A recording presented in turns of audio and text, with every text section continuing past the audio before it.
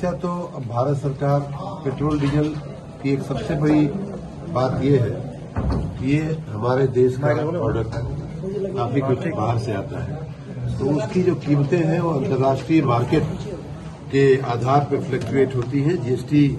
के आधार पर उसमें कोई ऐसी बड़ी समस्या नहीं है और अलग अलग राज्यों में जहां उनकी रिफाइनरीज बनी है उनके अलग अलग दरें हैं, उस पर भी अवश्य विचार हो ही रहा है। लेकिन अभी का जो आज का जो विषय था वो ये था कि जो नेक्स्ट जनरेशन जीएसटी आया है उसमें माननीय प्रधानमंत्री जी ने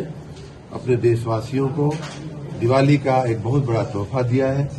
और ये नई दरें कल 22 तारीख से लागू हो जाएंगी, 22 अक्टूबर से लागू हो जाएंगी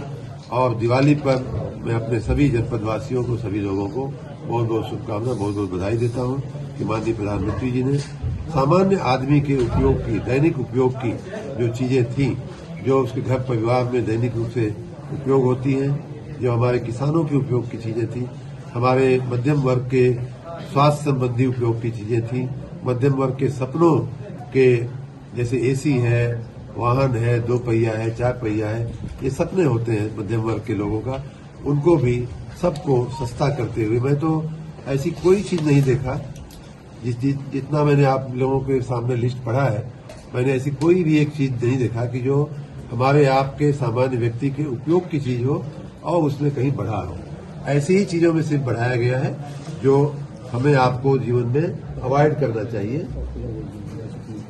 सॉरी 22 सितंबर से कल 22 सितंबर से लागू होगा ये जीएसटी की नई दरें। मंत्री जी, स्वास्थ्य और कृषि संबंधित क्या चीजें हुई हैं? मैंने आपको पढ़ के बताया है। शॉर्ट में थोड़ा सा बता दीजिए। मैं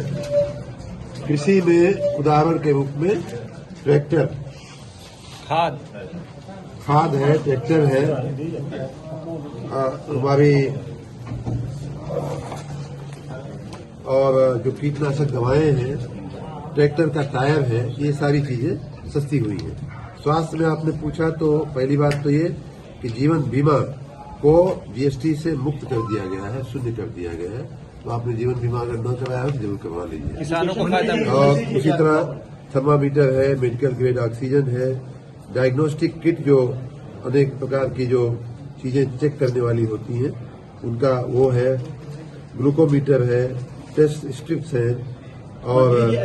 चश्मे हैं, ये भी सस्ते। एजुकेशन में मैंने आपको बताया कि बच्चों के पढ़ने लिखने की जो मानचित्र होते हैं, चार्ट होते हैं, ग्लोब होते हैं, उनके जो पेंसिल होती है, शार्पनर होता है, जो बच्चे कलर करते हैं, क्रेयॉन बोलते हैं उसको, पेस्टल है, उनके उपयोग की जो पुस्तकें होती हैं, नोटबुकें होती हैं, जो पेंसिल से लिखने के बाद आप मिटाते हैं वो रबड़ होते हैं, इन सारी चीजों पे या तो कम कर दिया गया है और पेंसिल, शार्पनर, कलरिंग क्रेयॉन, ये सब चीजों को तो नील कर दिया गया, शून्य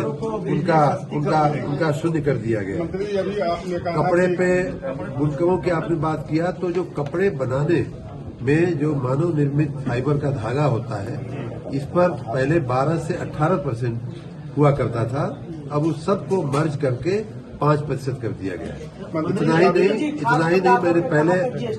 नहीं मैंने पहले आपको बताया था कि वस्त्र और परिधान जो मऊ में विशेष रूप से इसके लिए मऊ के लोगों को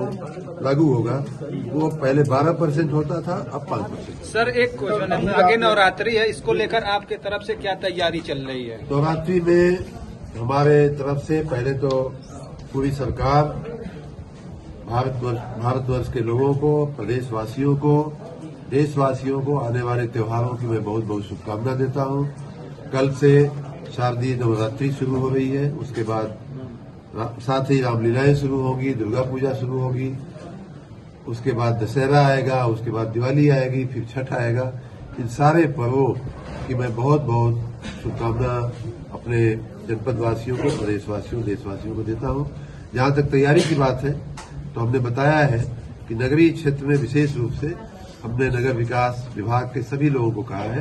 कि जो त्योहारों का समय सीजन शुरू हो रहा है, वहां मंदिरों के आसपास, दुर्गा पंडालों के आसपास रामलीलाएं जहां होती हैं, वहां सड़कों की मरम्मत हो जाए। बरसात के चलते कई जगह सड़कों में गड्ढा बना होगा, कई जगह सड़कें धंसी होंगी, कई नाले नाली की समस्या खड़ी हुई होगी उन सबको ठीक किया जाए। जो पंडाल है या पंडाल नहीं भी है, वहां भी जहां जल भराव की स्थिति हो, वहां संचारी रोग न हो, उनको ठीक किया जाए। बिजली सफाई